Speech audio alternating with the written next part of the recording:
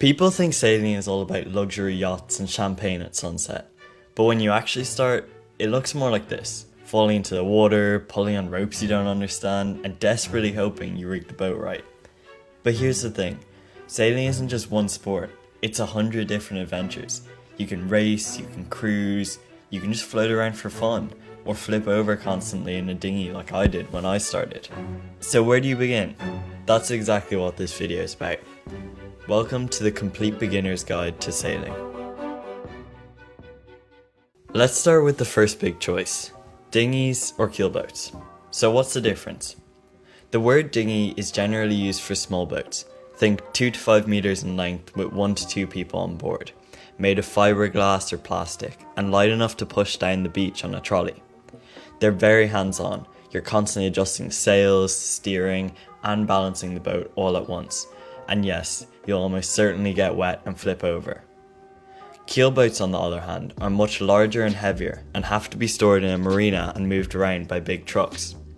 They get their name from a huge heavy keel on the bottom which stops it from flipping over, meaning you normally stay dry on them. You can have anywhere from 3 to 18 people depending on the size of the boat, and each person will be given a specific job such as trimming the mainsail or being in charge of bow or mast. The vibe is different too. Dinghies tend to have more youth sailors, whereas keelboats are favoured by adults because they are more comfortable. So which should you start with? Honestly, it depends. Dinghies will teach you the fundamentals quickly. Every gust of wind, every wave, you'll feel it. Keelboats are more forgiving and often more social. If you're nervous about capsizing, keelboats are a gentler introduction. If you're happy to get wet and learn fast, dinghies all the way.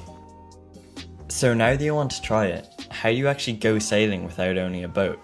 Well, there's 4 main ways. Option 1, sailing schools. These are the most straightforward.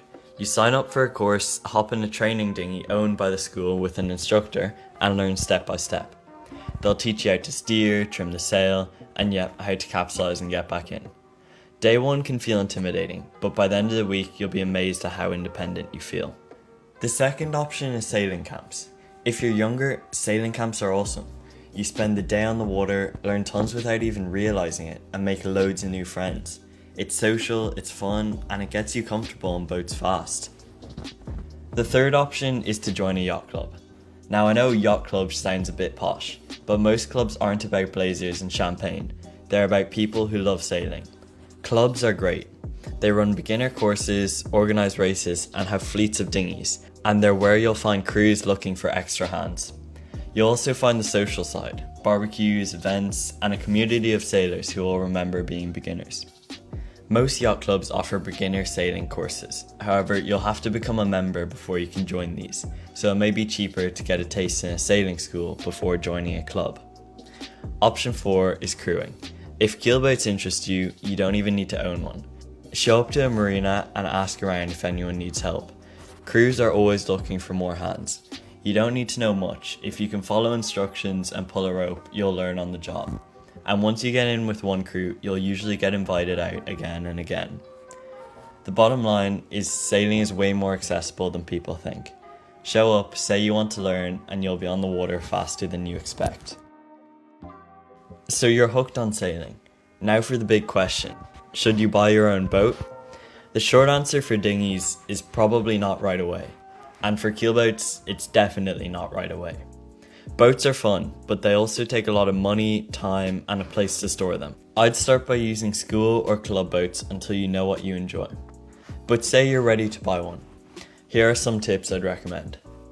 Used dinghies are the best entry point.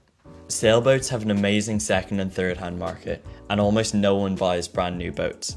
Look online at websites like Apollo Duck or Done Deal for boats near you and talk to people in your yacht club. People are always buying and selling, so it shouldn't be hard to find one that suits you. The second tip I'd say is not to buy new right away. Your first year will be full of crashes, scrapes, and mistakes. Buying a new dinghy is just a waste of money at this stage. For keelboats, it's a different story. They're amazing, but much more expensive. You'll be looking at marina fees, insurance, and constant maintenance. If keelboats are your dream, I'd spend a few years crewing first. Learn the ropes, figure out what size and style you want, and then think about ownership. There's no way around it. Sailing isn't a cheap sport and boats can be expensive. However, if you take care of your boat, you can expect to sell it after a few years of use for between 60 and 90% of what you bought it for. Alright, let's talk about gear. Sailing is a water sport, and unless you live in a warm climate, it can get pretty cold. So here's the essentials. Buoyancy aid. You always need a buoyancy aid or life jacket, no matter where you are, what you're sailing, or what the weather is. Next, sailing gloves. They help loads with rope burn. Personally, I like fingerless gloves so I can tie knots, but it's personal preference. Sunglasses are really important because they block spray from the water and help you see better on sunny days. If you sail in warm water, just chuck on a pair of togs and a rash vest and head out. But if you sail in cold water, a wetsuit, cag and neoprene boots are must-haves. I'd also recommend for everyone to bring a knife and a whistle out with them for safety. So, why should you sail? Sailing isn't just about the boats, it's about the people. You'll meet everyone. Kids at summer camps, teenagers racing dinghies, families cruising, and even grandparents still racing every weekend. After sailing, it's all about chatting with friends, barbecues by the sea, and laughing over who capsized the most. If you're young, sailing is great. You can travel to regattas, make friends all over the world, and even work as a sailing instructor or crew. If you're older, it's one of the few sports you can take up later in life and keep doing forever. So if you've ever thought about it, don't wait. Join a club, sign up for a course, or if you know someone with a boat, ask them to go out with you. And hey, worst case, you capsize, get wet, and laugh about it. But best case, you find a sport you love for the rest of your life.